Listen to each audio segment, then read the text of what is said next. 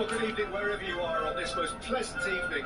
As you can see, there's been a terrific atmosphere here. There is great expectation, excitement, and it has built nicely in these idyllic conditions.